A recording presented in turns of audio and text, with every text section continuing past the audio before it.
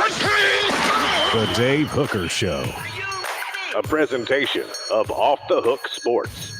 Objective insight, expertise, top guests. Available on YouTube, Apple, Spotify, and the Off the Hook Sports app. Download now for free. Also available on offthehooksports.com. I compute and obey. Now to Dave Hooker. Ready. My good gracious, what a weekend. Alabama apparently has a quarterback that they pulled off last year's scrap heap.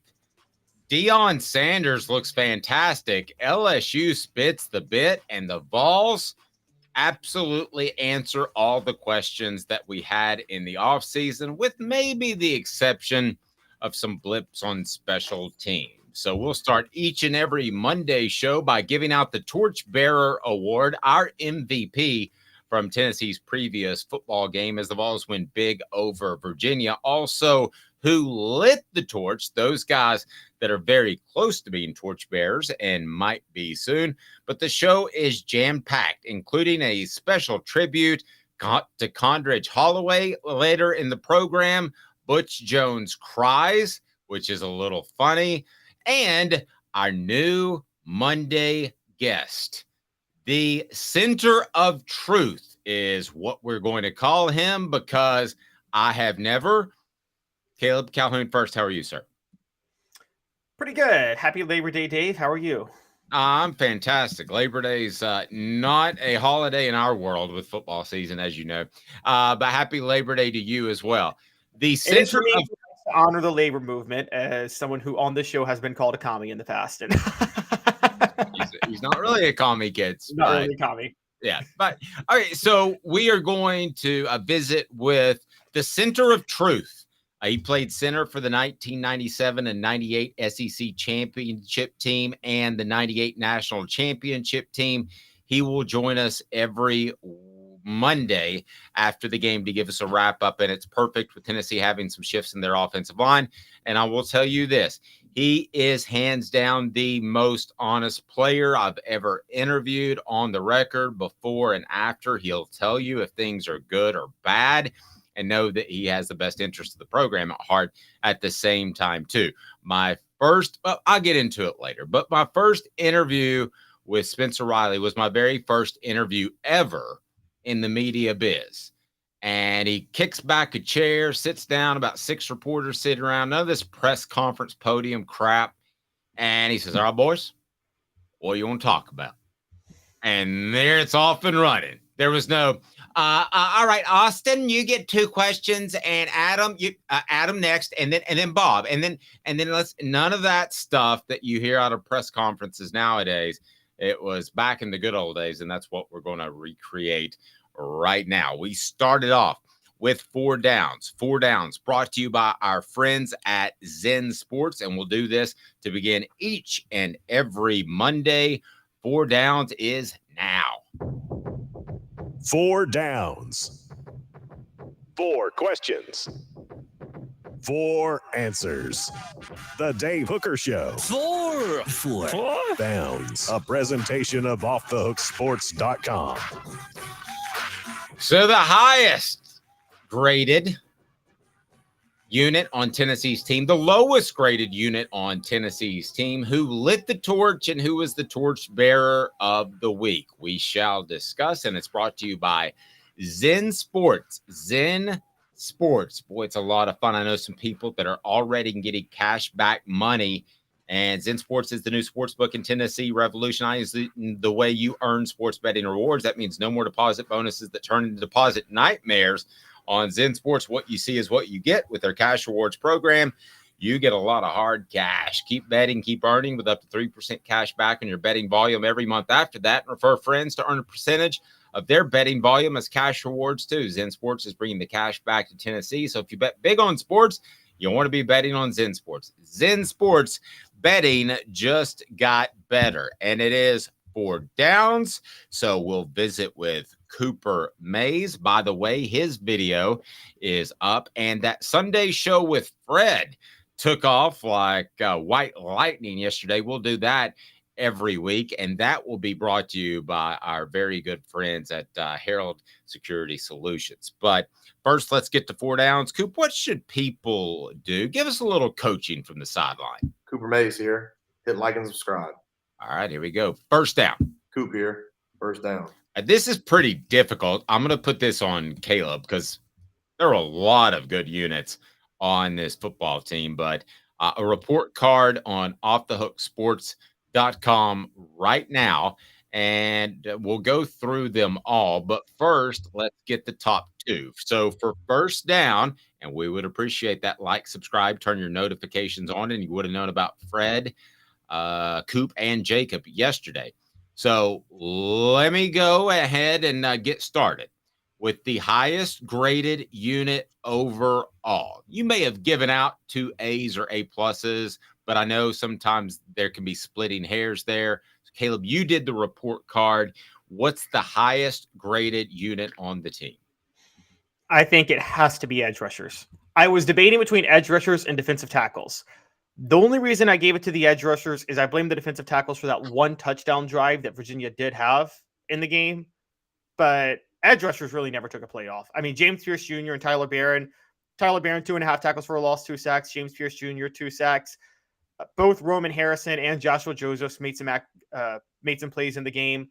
So it's the D-line as a whole, but I separate defensive tackles and edge rushers because, let's be honest, they have distinctly different roles on the defensive line. So I think it's edge rushers. Okay, that's fair. And so what did you grade the defensive line as a whole? I get the defensive line an A and edge rushers an A+. Okay, I'm fine with you splitting that up because it is a different style of football nowadays. And what down was that, Coop? Coop here. First down. I just love playing that. What down is it now? Cooper Mays here.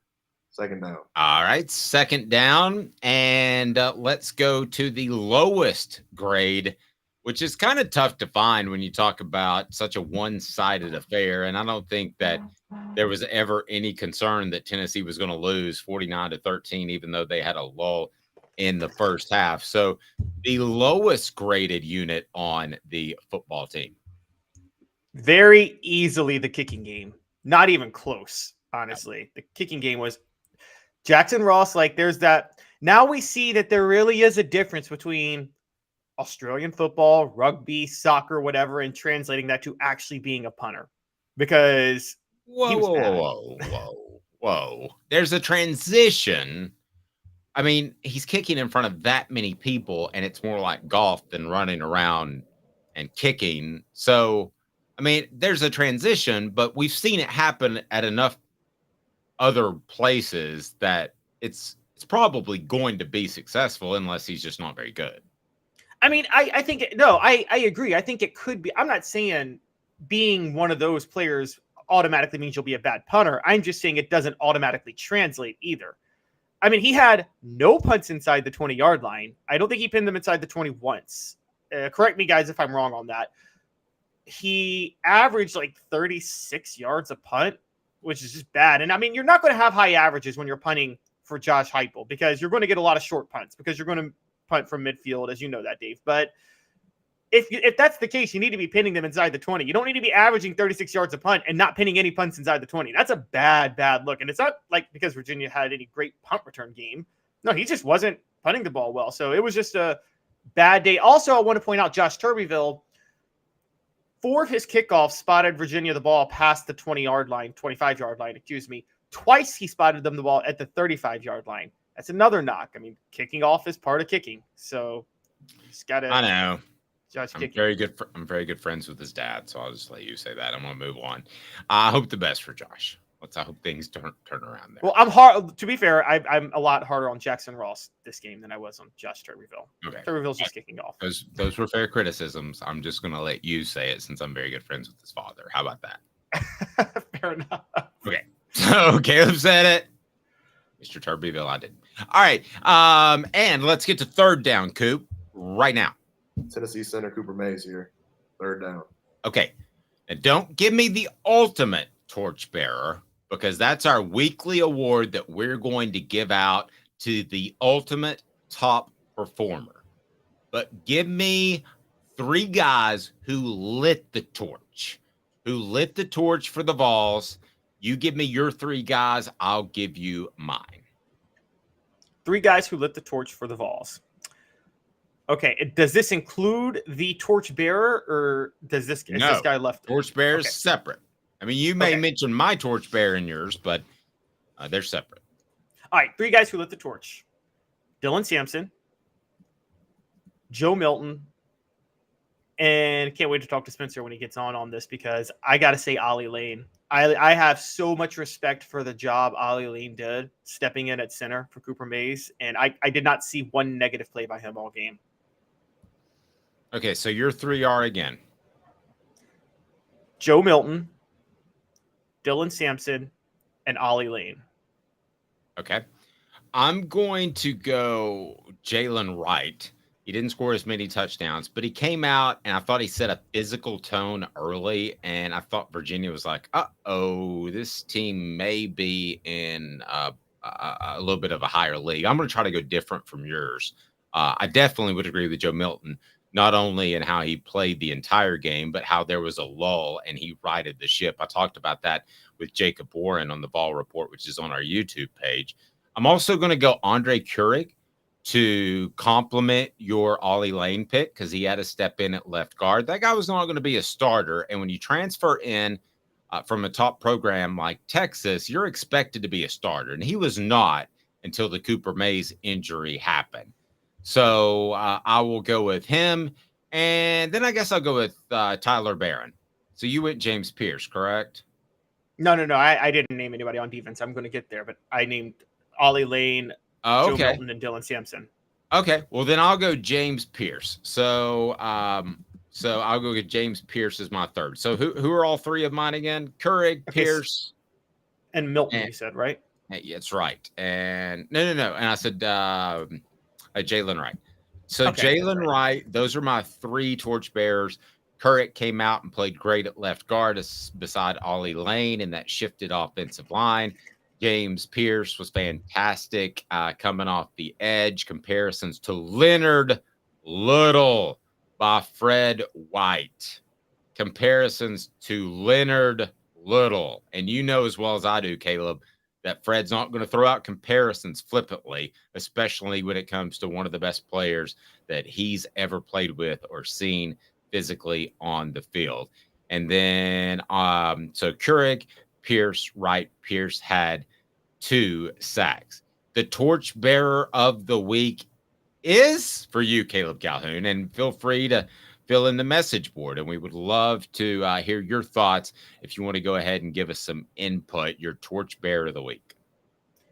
I'm going to give my Memphis guy a shout out. It's Amari Thomas, because Tyler Barron and James Pierce combined for 4 sacks. There was a lot of pressure from the outside, but it was because of the push in the middle. Amari Thomas, Bryson Eason, Omar Norman-Lott get some credit for that. I did mention the one bad drive they had. I want to note Thomas got hurt on that drive. So that's why I'm going to say Amari Thomas. He had 1.5 tackles for a loss. I think Pierce and Tyler Barron did what they did because Amari Thomas did what he was supposed to do in the middle at defensive tackle. And everybody talks about the edge rushers. I love watching those tackles, Dave, in the middle get the push. And they're knowing they're not going to get the stats, usually. Knowing they're not, unless you're John Henderson, you're not going to rack up the stats at defensive tackle. But Amari Thomas was doing his job to free up the edge rushers to do what they needed to do. I love those defensive tackles, and I'm going with Amari. Who are the guys that racked up stats at defensive tackle? I can think of 3 in my career. It would be, and TFLs. I'm not just talking about sacks. They're really difficult to get. Oh, and I'm going to give Jacob Warren some credit with the pancake blocks and the touchdown, which he talks about on the Vol Report. My bad on Jacob. I gave tight ends an A. So yeah, tight ends an A. But where was I going there? What were we talking about? Stat rackers at defensive tackle for Tennessee. There's only 3 really that I can think of. It would be Henderson, Hainsworth, and Jesse Mahalona. Jesse Mahalona had a ton of tackles for a loss. And they were always shoestring tackles. So God rest his soul. He was a guy who, talk about giving your all for Tennessee. He certainly did that. There's a 4th major one, though, that we can't ignore, because Reggie White did play defensive tackle at Tennessee. Oh, I was just talking about my career. Oh, yeah. Okay. Yeah. That's Yeah. I know you think I'm old, Caleb, but I'm not quite that old. Well, it's not about being old. It's just about knowing. It's about looking at a stat sheet. Well, I know, but I said during my career. I said that caveat. I didn't know you're okay. I didn't hear the during my career part. I apologize. And that was 4 downs. It's time for today's tough question. It's brought to you by Andy Mason, realestate.com. Today's tough question. Take a side. Take a stand. The Dave Hooker Show, a presentation of offthehooksports.com. So LSU hammered in an embarrassment by Florida State, in which Brian Kelly just thought it was a complete disaster. And Caleb's hiding his picture there because he's been high on LSU, but it's not just him. I mean, I've been high on LSU. He's just kind of said it vocally more often. So I'm not going to rip Caleb for that at all. But as far as the standings, let's start with this. Today's tough question. Where does Tennessee rank after what we saw in week 1? And then we'll break down the rest of the SEC. Because of how wrong I was on LSU, I moved Tennessee up, and they're at number 3 now. And I think that on a neutral field, Tennessee, the way I do my power rankings is this. I don't go just by I don't go just by how they're playing in the moment based on just last week's game. And I don't go based on what I think will happen in predictions down the road. I look at, based on what's happened, who would be favored on a neutral field right now. And I think Tennessee would be favored over every SEC team on a neutral field outside of Georgia and Alabama. So in other words, you're saying, I'm just picking maybe the most valuable player on his particular team, Jaden Daniels. So he would, if he got hurt like Hendon Hooker did last year, in your rankings, that would drop dramatically, even if they won by 35 points, right? Yes. Okay, because power rankings are about where you are at the moment. I agree. As a team. Thank you for doing that correctly, by the way, because there are a lot of people out there that don't. Yeah. Well, I see people say, oh, because Georgia technically beat an FCS school, they belong below Texas A&M, who beat a FBS school. I'm like, I'm not doing that. Okay, if you put Georgia and Texas A&M on the same field right now, everybody would bet on Georgia. And they would be favored in Vegas. So here's where I'm going. Let me count it down. Here is what Caleb has: Vanderbilt 14, Florida 13. Ouch. Missouri 12. Anytime you're behind Missouri, you should look yourself in the mirror and maybe hit yourself in the head with a hammer. South Carolina 11, Mississippi State 10, Arkansas 9, LSU in this power ranking drops all the way to 8, Texas A&M to 7, Kentucky 6, Ole Miss 5, Auburn 4. In the top 3, Tennessee, Georgia, Alabama. Now, Georgia and Alabama both with impressive victories, but they played UT Martin and MTSU respectively as they raided the Volunteer State.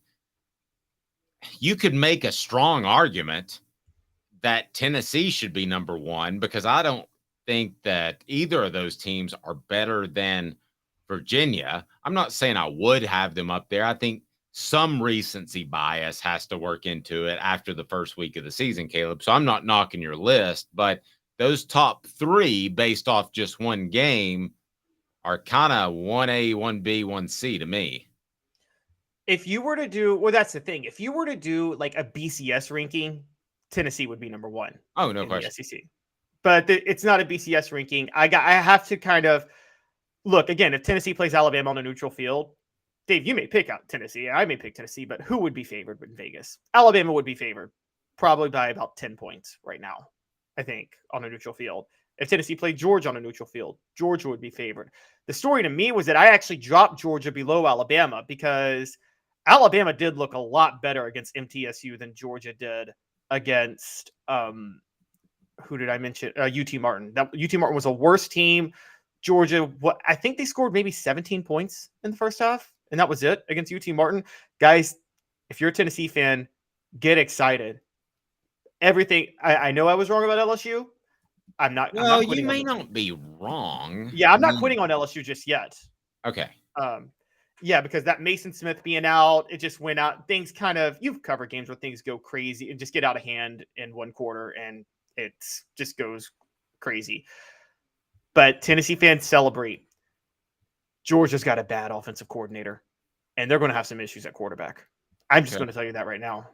So if Tennessee, Georgia, and Alabama are 1A, 1B, and 1C just based off week 1, which I think you agreed with, right? You're fair with that? Right. Okay. Yep.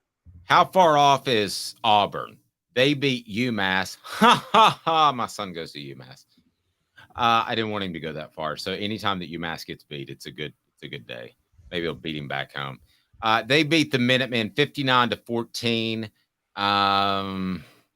But what do we know? I mean, this is where I have to use a little bit of last year and say that even though the Minutemen aren't very good, by the way, my son said nobody on campus watched the game. And they're not very good, but I got to use a little bit of last year in saying that Tennessee and Georgia and Alabama are better than Auburn. So I've got Auburn as a fairly distant number 4. How about you?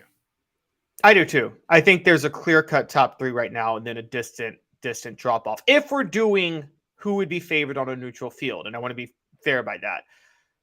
I wonder, Dave, with that, did I overreact to dropping LSU all the way to 8? Because do you think outside of those top 3, would anybody else be favored over LSU right now? I thought maybe Kentucky, because Kentucky looked like a typical Mark Stoops team once again, but I don't think Vegas would get too fooled by that Florida State game, but you tell me.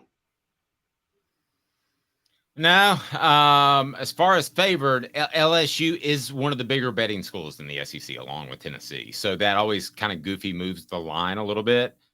There are 2 teams that I always call about, 3 actually, Alabama, LSU, and Tennessee, that I'll call scouts specifically about matchups because, or coaches in the league, because the numbers can get so skewed out of Vegas because those 3 schools bet heavily on their team.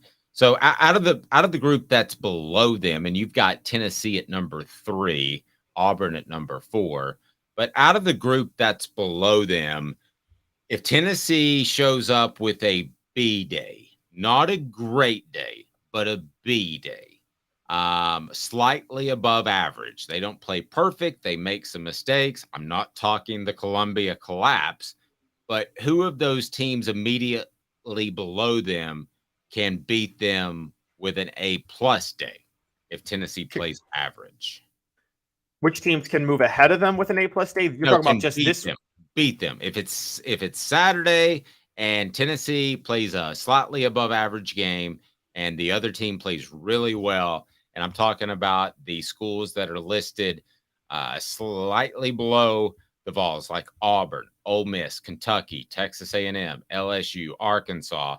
I don't think you would say Mississippi State, South Carolina, Missouri, maybe Florida since it's in Gainesville. But those schools, if Tennessee just shows up with a B day, a slightly above average day, how many of those schools can beat Tennessee on any given Saturday? I think I can't make a distinction for a judgment for Ole Miss yet because they have so many transfers and they beat an FCS school. So that they're just impossible to judge. I do think Auburn could because of just what I know about Hugh Freeze as an offensive coach. I think Kentucky already is a danger to Tennessee if Tennessee's not careful. So I think Kentucky could. Texas A&M could. I just said from the start I don't think Texas A&M is going to be capable of an A+ game all year because of the Bobby Petrino. But if Texas A&M plays an A+ game, they can beat anybody in the SEC. Let me be fair about that. And then, I think LSU with an A+ game could beat anybody in the SEC too. So I would say they could beat Tennessee. Arkansas, if Arkansas played an A+ game and Tennessee plays a B-ish to C+ game, I think that game becomes close. I think you're looking at like last year's Pittsburgh Tennessee game where Tennessee won it overtime, honestly, where I think Tennessee was significantly better. But as you remember, Tennessee played what would you say? That was about a B- C+ game for Tennessee at Pittsburgh, and Pitt played an A+ game. Yeah, I think that's about right. Yeah, that's where I think Arkansas is. No, I think that's a really, really good comparison. You knocked South Carolina a little bit harder than I would have because I think that I just think Drake May is the generational quarterback that we talk about when we talk about Andrew Luck and we talk about John Elway and those type of guys. I may prove to be wrong, but I don't think the rest of the guys around him are great, and I think he is. So But let's be fair on that, though. I thought Spencer Rattler actually played better than Drake May in that game. Watching that game, honestly, I just thought South Carolina has unfixable issues. They have a horrible offensive line. I thought Florida's was bad. But man, there are some programs where I wonder if guys are running the right routes, are blocking up front correctly. It's not just pressure. It's so many things when you're at that kind of a program that I mean, I'm not knocking North Carolina specifically, but there's some programs I just wonder if they got their stuff together. You know what I mean?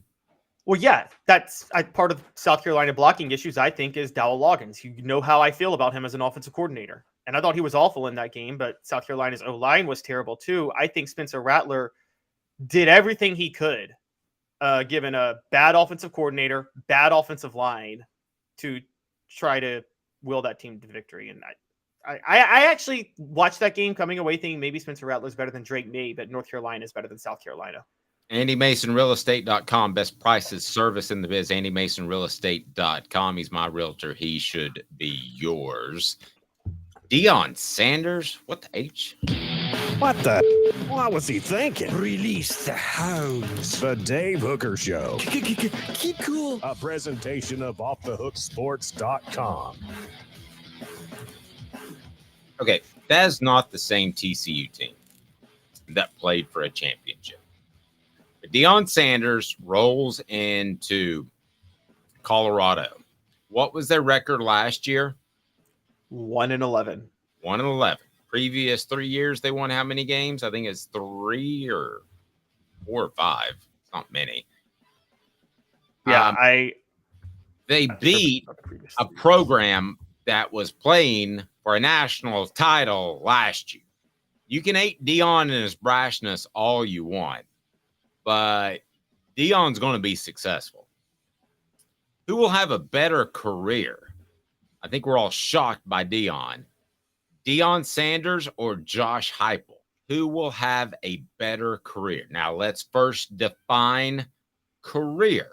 How do you want to define career, Caleb? You choose. Success in the coaching ranks, period, as a coaching career. Yeah, but what College, defines that? NFL. Okay. Championships?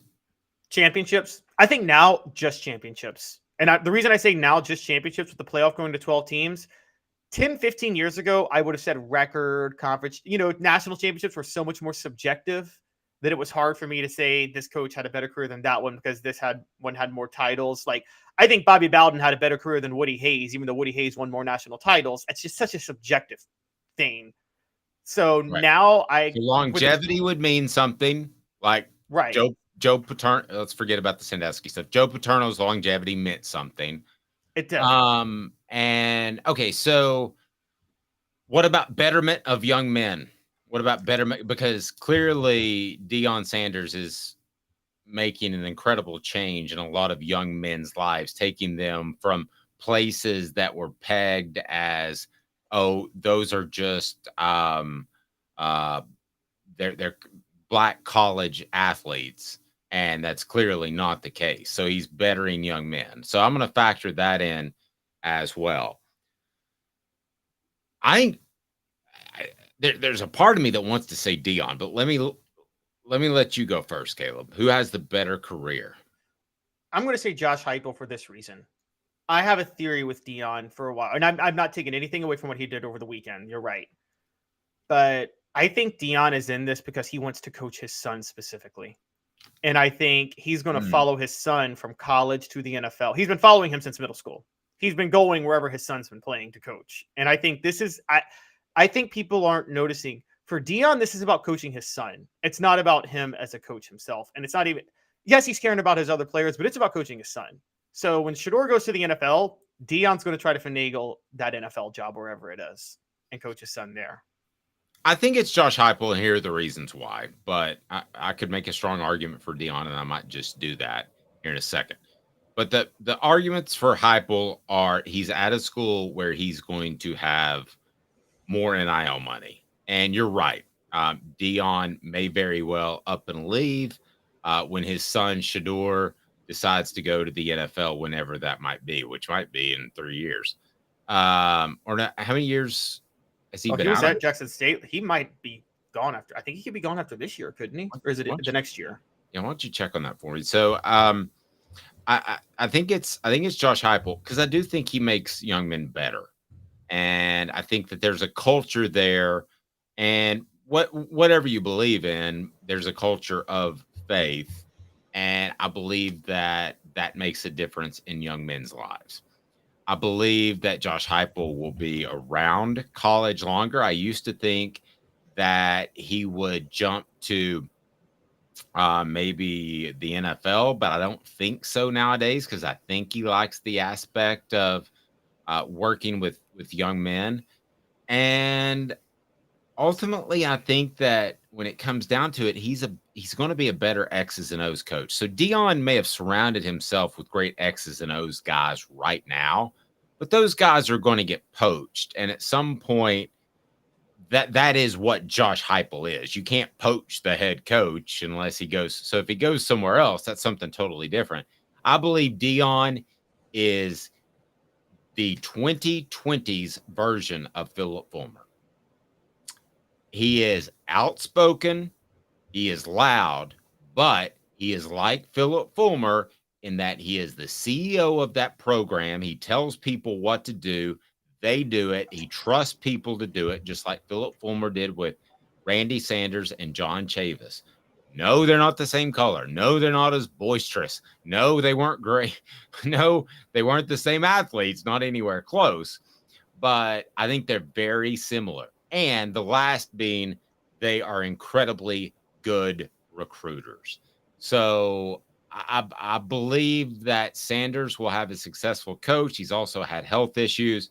But I think at the end of the day, I would take Josh Heupel and a potential of 15 years at Tennessee over Deion Sanders, who may well move. Now, this question was asked by Daniel. Do you think a big-time program will hire Deion? He may be a great coach, but will big programs deal with him? He just gets under my skin. Well, I would answer that with Lane Kiffin. Lane Kiffin gets under a lot of people's skin. Lane Kiffin is, he was already involved with NCAA issues when he was hired by Southern California. But what happened? He still got that job. He still had a successful career at FAU, and now he's moved on to Ole Miss. So I think a big-time program would call Deion if he won at an elite level. What's winning at an elite level at Colorado? Well, it's got to be at least getting close to winning the Big 12 or winning the Big 12. But then you ask yourself, what's the next step up in jobs? Because to me, Colorado is not a tier 4 job as it's looked like the past couple of years. It's a tier 3 job. Tier 1 is in my opinion, the programs that can win a championship with the right coach. Tier 2 are like the TCUs of the world that have to get really lucky and things fall into place to win it. And that's where I would have Colorado, not tier 3, where you got no shot no matter who your coach is. So what would be the next type of job he would get? Does an Alabama come calling? Does a Southern California come calling? Does a Texas come calling? No, I don't see that no matter how much success he has, because I think there will be other options, and he is going to be a headache. Colorado is desperate, or he never gets that opportunity. I don't know that any other program is going to be that desperate. So to answer the question, Josh Heupel has a better overall career than Deion Sanders for a couple of different reasons. You're so right. And I was thinking that right before you said it, because I wanted to say it, that you trust Josh Heupel, the X's and O's guy. You trust for Deion, you're hiring him based on who he can hire. And he's going to be a great recruiter. I will say there will be some programs desperate enough. Tennessee was desperate enough to hire Lane Kiffin, partially because of his brashness, because I think they were tired of they had become kind of a public punching bag for Florida at the time.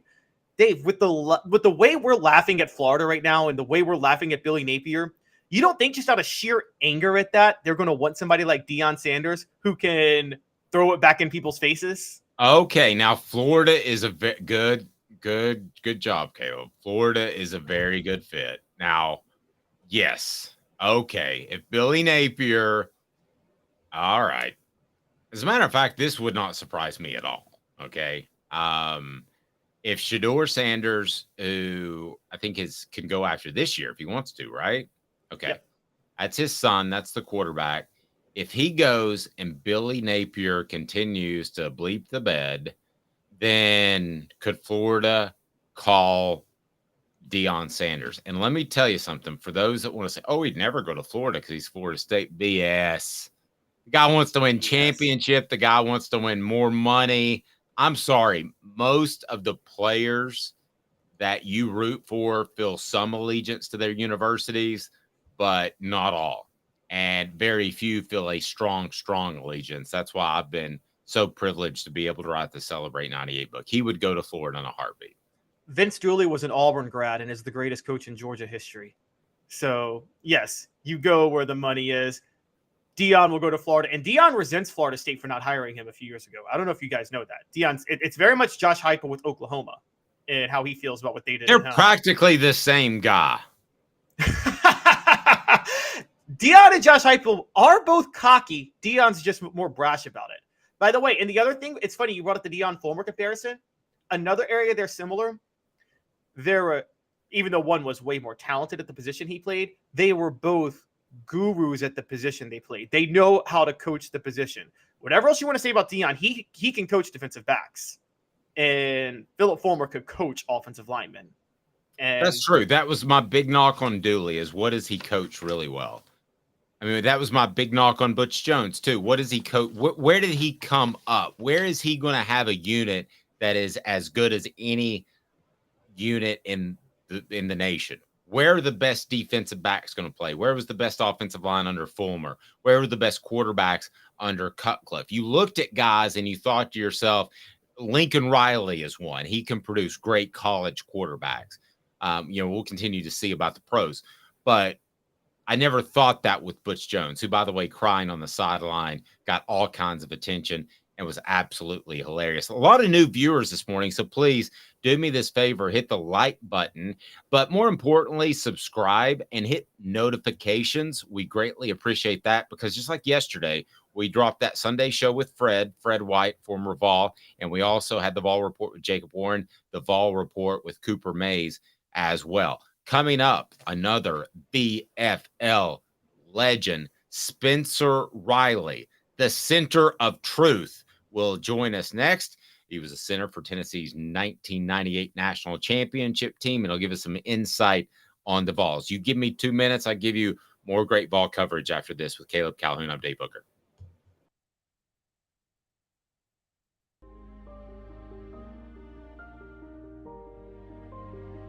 Our family has been creating one-of-a-kind pieces of jewelry in West Knoxville since 1986.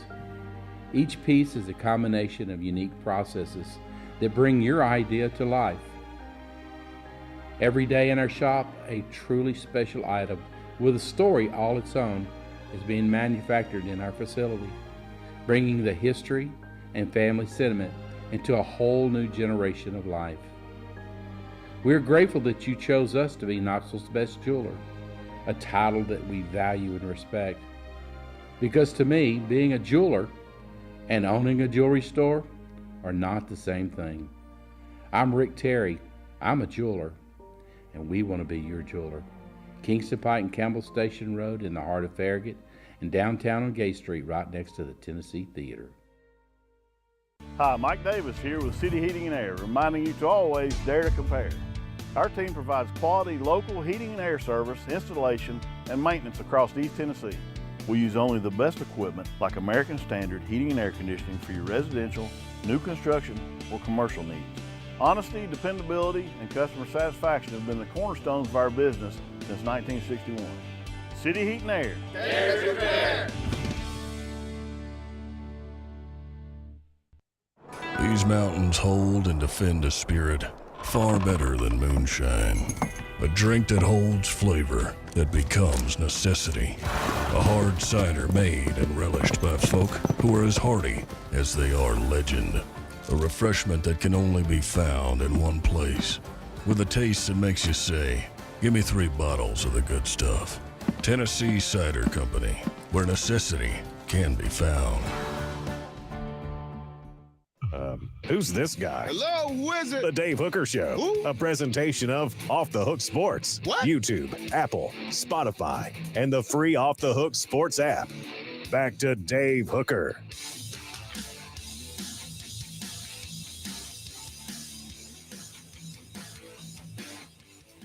Did anybody enjoy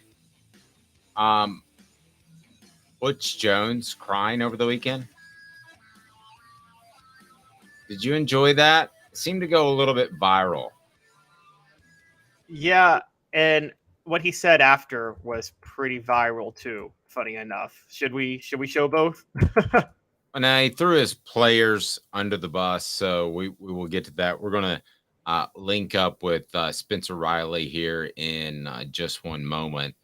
But Butch Jones, I want to get into this a little bit later. I mean, who do you most want to see do poorly out of all of these guys that have led Tennessee into a decade of dysfunction before Josh Heupel arrived? Because there were a lot of them. I kind of like Derek. I'd like to see Derek Dooley have hard times, not real hard times, not like personal hard times, but hard times just on the football field, because I thought he was so pompous. There's character flaws, and then there's just annoyances. You're to right. a certain degree. And You're the thing is, I don't think Derek Dooley's a bad guy. Do you? No, just pompous. You're right though. There's no question about it that that Butch Jones was a sociopath. So I mean, that's much worse than just being a pompous, arrogant guy. Let's get. He's Urban Meyer without the intelligence. Urban Meyer without the intelligence. Okay, so I like that. So I know a lot of people love Fred White, our Football Fridays with Fred, but this guy I'm calling the center of truth, because I'll share this story with you right now. Spencer Riley, let me bring him on right now. He was the center for. You're looking great, Spencer. You dropped some weight since the offseason? Trying to be less fat, I guess. As a big guy, that's what I'm trying to be. That's my line. When everybody says, what are you doing? I say, I got to go to the gym, try to be less fat. That's my line. Yeah, no doubt, buddy. I know I'm never going to not be fat, but I'm going to be less fat. Yes, sir. So you're looking tight. Talk about your team over the weekend. Oh, man, we had a good weekend at the high school, Jefferson County High School. We got a big win, a region win over Science Hill this weekend. So it was good, and took off Saturday to watch the Vols play and watch them put on a great display of football on Saturday. And then we got back to work yesterday. We just got off the practice field here this morning. So, hey, it's been a busy weekend. Yeah, so look at my guy coming in at his very first debut, and he beat Steve Spurrier's old team. That's pretty darn strong right there. Anytime you can beat anybody that has to do anything with Florida, it's a pretty good day. Okay, so my story with Spencer real quick, and I told it before with him, so he's heard it before, but a lot of our listeners haven't. First media opportunity I ever had to cover. It wasn't like today where they go, we'll go with Bob, and then we'll go with Travis, and then we'll go with John, and then Fred, you can ask a question. And they just bounce it around, and you ask these one questions. It's totally antiseptic, and it's just not any good, and the press conferences aren't worth going to. First media event I ever covered, 96, I think it was. And I go in this media room. Spencer comes in. There's about 4, 5, 6 reporters. He sits down, kicks out a chair, kicks his legs up, no podium, no nothing, said, all right, boys, what are we going to talk about? And that was it. And it was awesome. Well, that's just kind of how I am. Whatever y'all want to talk about, I'm game for the most part. You know what I mean? Sometimes I got in trouble out there on media days because I just spoke truth, man. I'm a truth teller, and sometimes people don't like the truth. Yeah, it was good stuff. Spencer's appearance brought to you in part by our friends at City Heating and Air Conditioning. 50 years in East Tennessee. Integrity matters. Don't trust a fly-by-night HVAC company to tell you that you need a new unit that could cost you thousands more than you need to spend. So let's talk Vols. I think that everybody was really concerned about Cooper Mays, as good as he is. And then let me just ask you, how do you think Tennessee's offensive line, starting with the interior, performed after not only having to replace Cooper with Ollie Lane, but then replace Ollie Lane at left guard with Andre Keurig. What did you think of the way they played? Well, I don't think they really missed a beat, to be honest with you.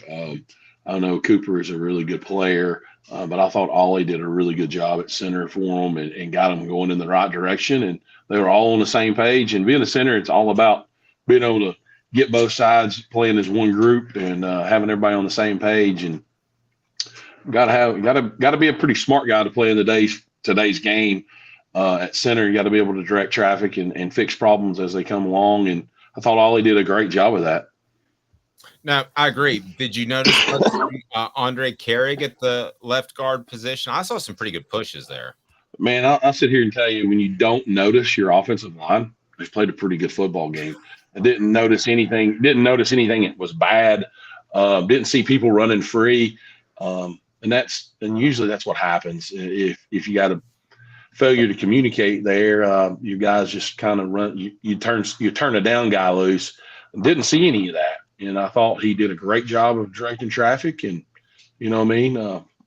I think you got some competition there moving forward and seeing who the better of the two is to play there. And you got some pieces to move around. And that's a good problem to have for Tennessee because they've not had that in the past. True. Spencer, so Dave may not have told you, but I'm a lot younger than you guys, and you look it, buddy. I'm just gonna say that. But I first started following college football when I was about 9-10 years old, which was when you guys won the national title, and so I was very aware of who you were. But I did do some research before you came on, and I realized that you actually have a similarity to Ollie Lane after what I saw on paper, and that you started at left guard to open the season against Texas Tech in 97. Sure. And then you had to move over to center in 98. Mm-hmm.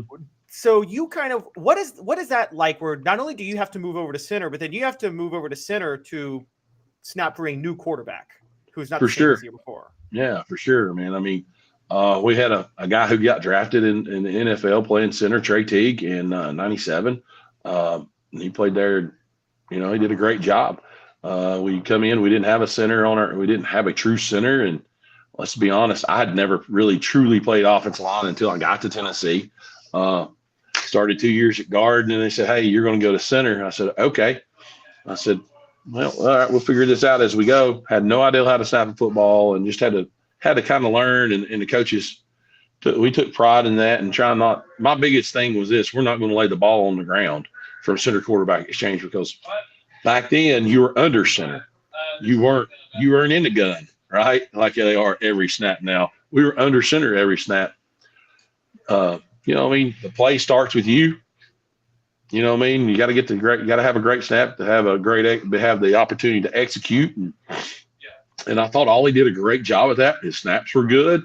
I thought he played a very solid football game. You know what I mean? And I don't know how good Virginia is going to be in the ACC. You know what I mean? So, it was a good test. We did what we were supposed to do as an offense and a defense special team game on Saturday. And I just thought it was a solid game all the way around. But I expect some big improvements from week 1 to week 2. You know what I mean? So it's going to be a fun time there. Now your first start at center was in 98. I want to make sure. Yeah. Okay. Yeah. So your first start was against Syracuse. Yep. Which turned out to be, I think everybody thought they were good. They turned out to be really, really good.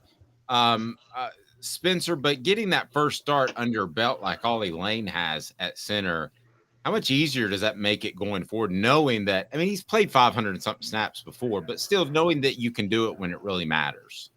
You never know if you can do it until you're under live bullets. You know what I mean? Practice is practice. But until you get in front of 102,000 people, are you going to be able to have your composure and tune out the noise? You know what I mean? At the end of the day. And for me, that was one of the things everybody goes, well, is Neyland Stadium a loud place to play? I said, I don't know. I never did. I didn't hear it. They just tune it out and you go from that. So for me, it wasn't a big deal. You know what I mean? I was actually got out there. I played a bunch of snaps prior to that, and it was just one of those deals that you learn to do, and you just another day at the office. Spencer also said that he was not going to let the ball go on the ground, and I want to make note that in 1998, Caleb, how about this? Guess how many fumbled center quarterback exchanges they had the whole entire season? I'm going to guess 0. 0 is correct. 0. Now, there was one time when Spencer snapped the ball and T didn't take it, so Spencer took off running, which is illegal. It's not going on the ground, though. Penalty's better than a fumble. That's exactly right. That was against Syracuse. That was the most inventive play I thought I'd ever seen. I've never heard of the the center not snapping it and just taking off with the ball. Yeah. Well, sometimes that just happens, right? You got to do what you're supposed to do. Hey, I'm not going to lay it on the ground. That's the big no-no back then. It's true. What do you think it means for Ollie Lane waiting this long to get his opportunity and being a local guy? I think it's big for him. You know what I mean? I mean, he's worked. He's stayed the course. You know what I mean? He's done what he's supposed to, and for him to be able to go out there and perform at a level that, let's just be honest, a lot of people didn't ever think he could perform at. You know what I mean? But he's done a great job. Proud of him. Glad to see a local guy being successful. He's done a hell of a job for him. So no doubt about it. So Spencer, I wanted to get a little bit talking on the rest of the line.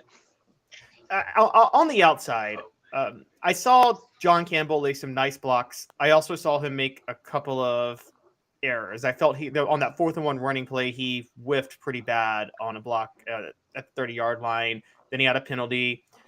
Are those things you think can be fixed, or is that a long-term concern? No, I don't think it's a long-term concern. I mean, it's something you can fix. It's something that we talk about. It happened to us on Friday night. You know what I mean? Versus some really good players, you're just going to miss. You know what I mean? You're going to whiff. I whiffed when I played. Most everybody that's played offensive line has whiffed on some point in time or other. You prefer it not to be on the 4th down. You know what I mean? But you're going to have some mistakes. You know what I mean? And that's part of learning and growing as a group and trying to build that cohesiveness, that being able to play as one group. On the flip side, let's turn to the defense here for just a second, Spencer, because I'm watching the guys that are coming in, and it was Tyler Barron and James Pierce who had the most productive days statistically. But it just seemed like that Tennessee was bringing guys in waves that were fresh. Mm-hmm. How much more challenging is that for an offensive lineman? Well, I mean, it's definitely challenging when you're playing against a fresh guy day of snap in and snap out. It's definitely hard, you know, especially when we play with tempo. Tennessee plays with so much tempo offensively, it's hard to substitute guys, right? Virginia didn't do it. I mean, I'm trying to remember. I didn't think Virginia did a lot on offense, so they couldn't play a lot of tempo. When you're not being successful on 1st down, it's hard to play tempo because you really don't want to go 3 and out in 30 seconds. You really don't want to do that. Put your defense back on the field. So I think they were trying to manage the game a little bit more with their tempo stuff. But for us, Tennessee, they just have so many more defensive linemen that can play. Rodney Garner and the defensive line staff has done a hell of a job getting those guys ready to play football. They'll be one of the better defensive lines in the country as the year goes along. Wow, strong statement, and you're not the first to say that. Go ahead, Caleb.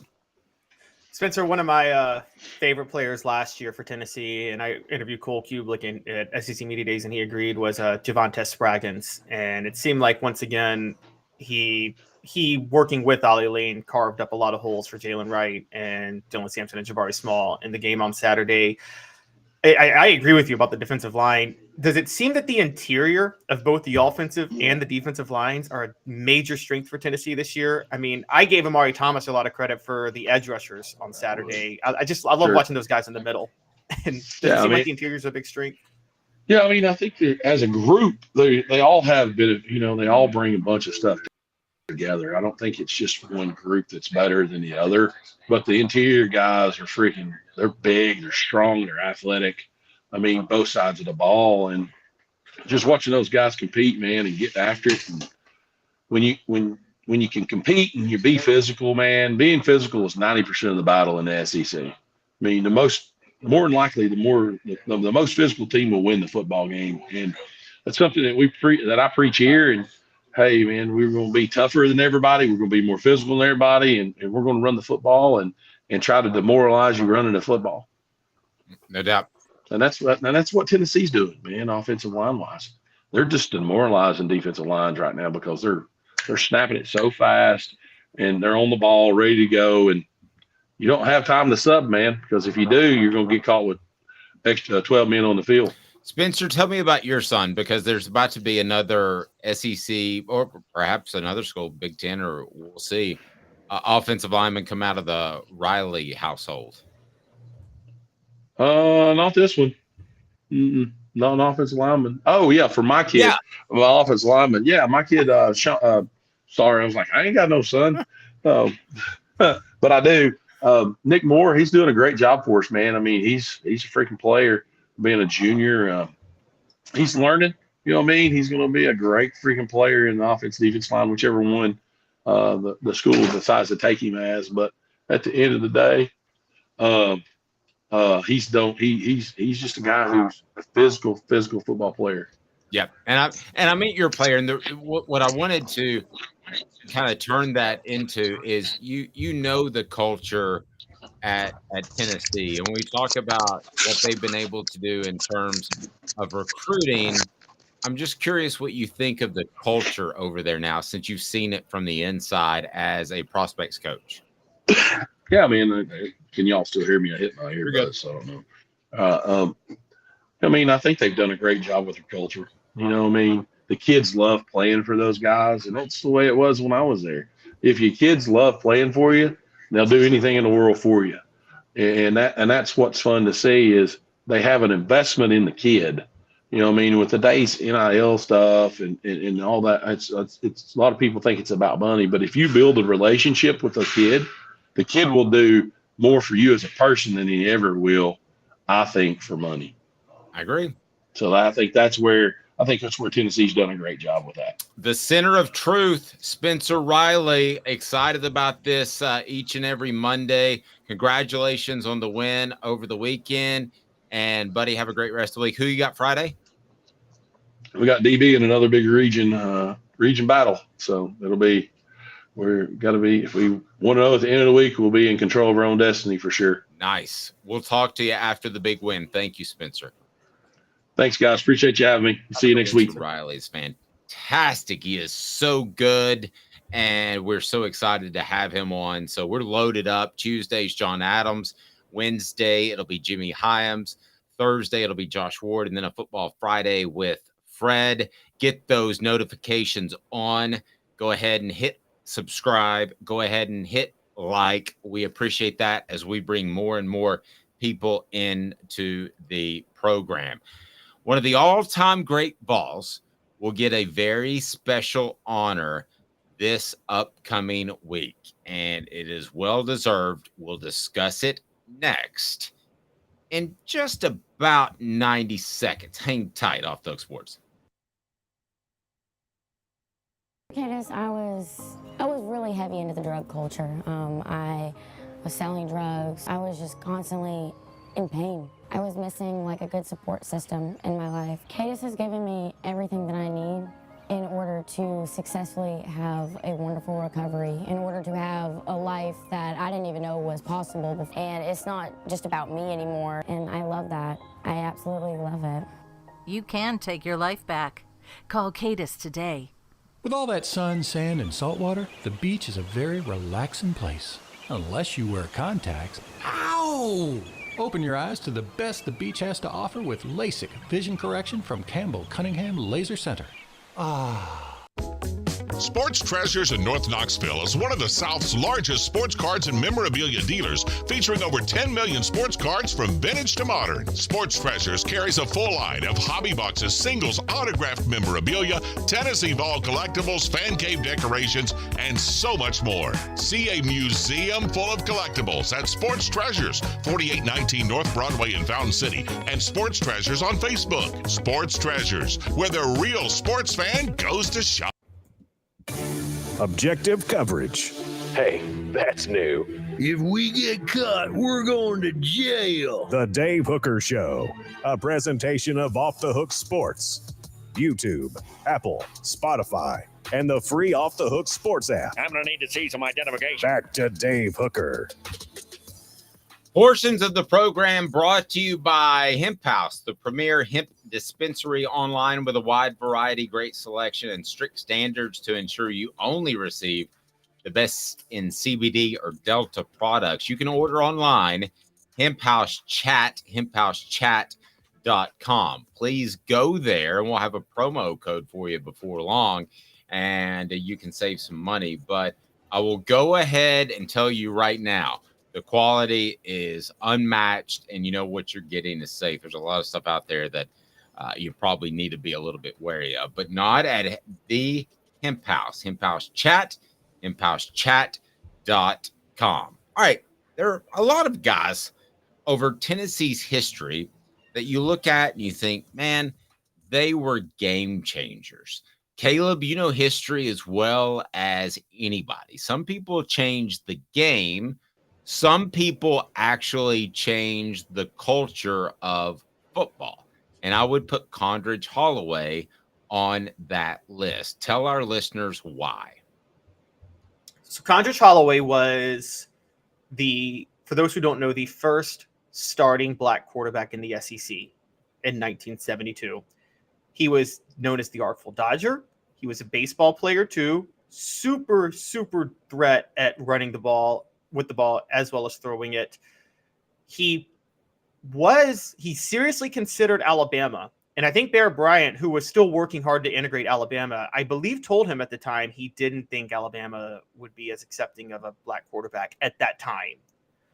And so he ended up going to Tennessee. From a purely football perspective, Condredge Holloway's the Josh Dobbs of his time. And the reason I say Josh Dobbs is Condredge Holloway, Tennessee football was in an inevitable downward slide to irrelevancy. Through no fault of Condredge Holloway's, there were just some major inner working issues going on within the program at the time. I can tell you that, for instance, Tennessee was so outdated with the people running the program. Some of them absolutely opposed putting lights at Neyland Stadium because they didn't believe in night games because they felt it violated tradition. That's how outdated they were in the 70s. Condredge Holloway slowed that slide single-handedly, extended Tennessee's run that began under the Doug Dickey era about another 3 years. If he's not there, then Tennessee in 1972 probably finishes unranked, and in 1973, Bill Battle's probably fired. Instead, Condredge Holloway extended Battle's career until about 1976, at which point Tennessee was going to go for Johnny Majors. And that's why I say he's like Josh Dobbs, because as we know, Josh Dobbs really delayed a downward slide for Tennessee in the mid-2010s. Okay. I see what you're saying there, but I think given his time, now let's not get into the height and speed and all that stuff, because that's all gotten better with the physical development over time. And but the game's I think Condredge Holloway is a significantly better player than Josh Dobbs. I think if those two guys, if Condredge Holloway is coming out right now, then he doesn't have to worry about going to the CFL because there are so many racists in the NFL. He is going to go to the NFL, and he is going to be a superstar. I think he's going to be very, very good. So Joshua Dobbs has not gone to the NFL and be a quarterback. So in their era, in their time, and I want to pull up this jersey right now. If you're not on our YouTube channel, we highly suggest you, if you're on an audio platform, to get on YouTube so you can join us and see some of the videos. First of all, that's a very tight jersey with the gray and the orange on top. That looks really, really sweet. I like it a lot. And I'm not a guy that likes alternate jerseys. So there's Joe Milton sporting that. Curious what you think on the message board with the long, tall socks that go above the knee, the orange. Just a really, really nice looking jersey. So Condredge Holloway, if he's born nowadays or if he was born 22 years ago, he's a superstar in the NFL. I don't think there's any question about that, because nowadays you almost have to be mobile to play in the NFL. So, Caleb, how good would he have been had he been born just a little bit later? And we're going to pull up some Condredge Holloway highlights as well. We can go ahead and play those if you want to address how good Condredge Holloway could be nowadays. Look at that young Condredge Holloway on our YouTube channel. That's pretty fantastic. And let's play some highlights now if we can get this thing rolling, because for those that haven't seen him play, he was an absolute phenom. He was called the Artful Dodger, Condredge Holloway, and it was just an incredible player, ability to extend plays. They kind of remind me. He kind of reminds Tennessee's super weapon is Super Scrambler. Apologies, sorry about that. That's okay. We're getting he kind of reminds me a little bit of an Archie Manning, which may sound weird for those that haven't gone back and watched him play. But Archie Manning was way athletic, way before his time. And the only reason that Condredge Holloway didn't get a better opportunity in the NFL, as we're going to run some of those highlights, the only reason he didn't get a better opportunity in the NFL is pretty simple. It's because his skin was black. And that's it. And at the time, African Americans were not considered guys that could handle thinking positions. It was the same in baseball with pitcher, catcher. It's the same in football. You take your best athlete. And I'm not talking about college or NFL guys exclusively. I'm talking about middle school coaches who would say, oh, you're the best athlete, so we're going to put you at running back. We're not even going to give you an opportunity to play quarterback. It was a societal issue, not the biggest issue we had with race, obviously. Man, look at some of those moves. Not the biggest issue we had with race at the time, but it certainly was one that was significant. And I can tell you this, I believe that Condridge is still a little bit bitter over the fact that he didn't get a real shot. We've never spoken one-on-one about it, but I've been told by several people he's bitter, and I think there's some bitterness there, and hopefully this alleviates some of that bitterness, because heck, I'd be bitter too, Caleb, to be real honest with you, if I didn't get an opportunity just because the way I looked. Yeah, I totally agree. And there's a lot of players from that time that we know feel that way. I mean, we know in baseball, Jackie Robinson, many people believe his life was cut short because he was bitter about the way he was treated when he played Major League Baseball. I mean, he took even after Condredge Holloway, I mean, Warren Moon had to go to Canada for a few years. And honestly, until this new wave of quarterbacks, I'd say like roughly 2010s, you look at Warren Moon's stats and he was a top 5 quarterback in NFL history. And that's with him missing half of his prime because he was forced to go to Canada. And Condredge Holloway was before that. And Tennessee was a trailblazer in a lot of ways on this, because you're right. They had Condredge Holloway at quarterback. They had, I've talked about it before, Jackie Walker was the first openly gay linebacker, and he believed till the day he died that he was blackballed from a chance at the NFL because of his sexual orientation. And he was a 2-time All-American and the first black captain in the SEC of any football team. And let me tell you what. I'm sorry, go ahead. Oh, I was just going to say that one of the things, and this is one thing I give Danny White credit for, because everybody at Tennessee is always about upholding traditions. And Danny White said, guys, if you know Tennessee's history, their tradition is breaking tradition. That's what they've done. That's what separates them from the rest of the SEC, is they broke tradition before anybody else did.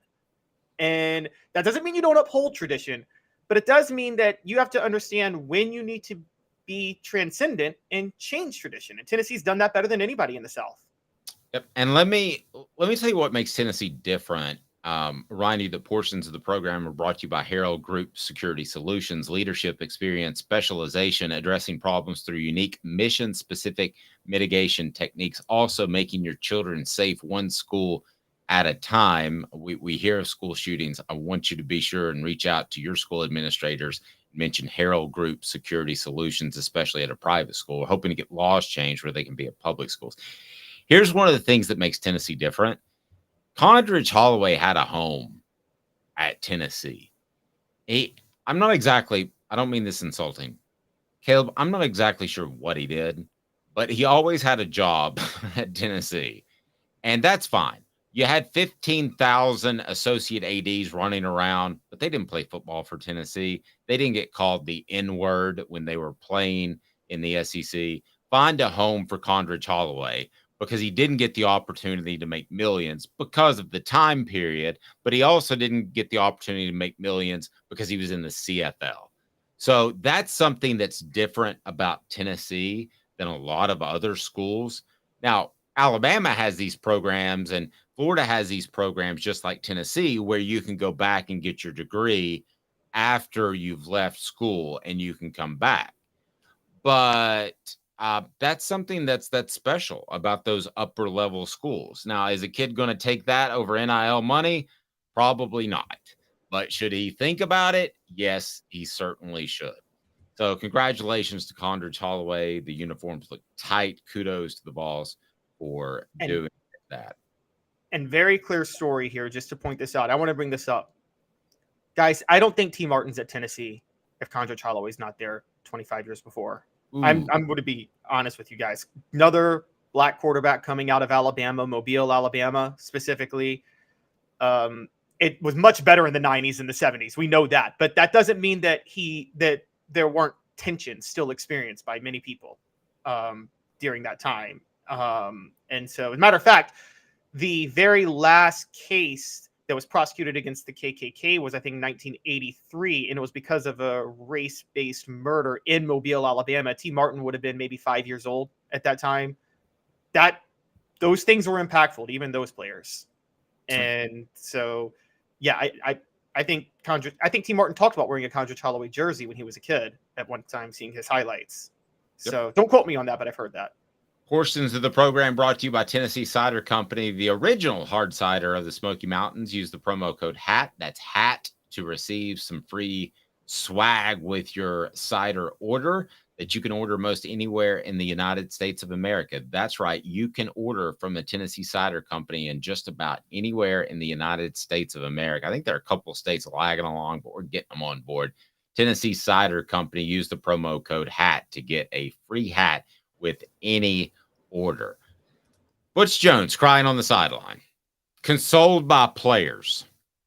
Player puts his arm around him. And then this is something that I really wasn't as aware of because I wasn't covering Tennessee closely. They were one of the many teams that I was covering in recruiting. But he throws his players under the bus. So what are we playing first here, Caleb? I'll pull it up. You set it up.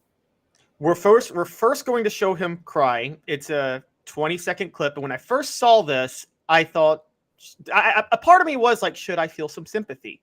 No, and then I'm going to play the post-game clip and show you why I don't. So are you guys ready? So you got a player that's putting his arm around him, and you can see the score. If you're not 73-0. Yeah, if you're not on our video platform and they end up losing, 73-0, your head is covering up one of the pictures. I'm sorry. That's fine. There's nothing you can do about that. But the count was 73-0, right? Yes, it was 73-0. And here is the player. I'm just going to play it real quick. It's 12 seconds. Now hold on. Before you pull that up, let me offer this, and you can pull that up. Butch Jones, I was told, and a lot of people shared more information with me when I wasn't covering Tennessee on a day-to-day basis than when I was covering Tennessee on a day-to-day basis, because I didn't report everything I heard because I was covering recruiting in the Mid-Atlantic area. So, I mean, there's a lot to cover. So, listen, I had one player his father who called me and said, Dave, I want you to know that if my son gets arrested for committing a felony, there was a backstory behind it. I'm like, whoa, what does that mean? And this is a very religious family. And Butch Jones used GD, you're a bleep. And by the way, you can say you're playing like a bleep, but you don't say you are a bleep. Like I can say, I mean, in my opinion, Caleb, this is how I've always approached it. If we're having fun, I can say, Caleb, you're acting like an idiot. But I would never say, Caleb, you're an idiot. Well, it was an idiot. It was a word that starts with P. So GDP. And the player said that if that ever happens again, my son is very religious, and I feel as if he will commit a sin and punch him out and repent for it, but he's probably going to go to jail for knocking his coach out. It's like, okay, well, that's good to know. And then you had the whole thing where he supposedly fell on a helmet. He didn't fall on a helmet. Nobody. Yeah, no, Darnell, who fell on a helmet? He said Shy Tuttle fell on a helmet, and that's why he needed stitches in his head. Yeah, he got punched because it was crazy. And punching somebody, by the way, without a helmet on in practice, I'm okay with fighting in practice, but punching somebody without a helmet on in practice is just chump. So do you mean pull this up and his response after the game? And let's just go ahead and hear the Butcher throw everybody under the bus. Do you mean pull this up? Yeah, let's pull up the clip of him crying. It's only a 12-second one. Okay. I didn't know where to play. Okay, so make him cry. Yes. Number 7, 15-yard penalty added to the end of the run. Automatic.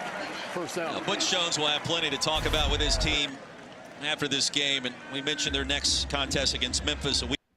Okay, so that's the first I don't know, one. crying, but very distressed, I would say. Right. And before we get to the second one, guys, we're testing something out here, so we'll just be honest up front. Dave, you heard the sound on that, right? Yes, I did. Okay, if you heard the sound, everybody else did. Perfect. So here's what Butch Jones said after that. This is what he said when asked about this in the post game. I kid you not. This makes me ill, by the way. I think a moment I saw him, I think second half, Justin Parks came and kind of, consoled you. I think you were obviously kind of looking disappointed, discouraged. What did it mean for one of your leaders to kind of lift you up? Well, there's a lot of players on our team that care, and that's the first part. When we got here, we didn't have very many. So now, and unfortunately, he couldn't play today.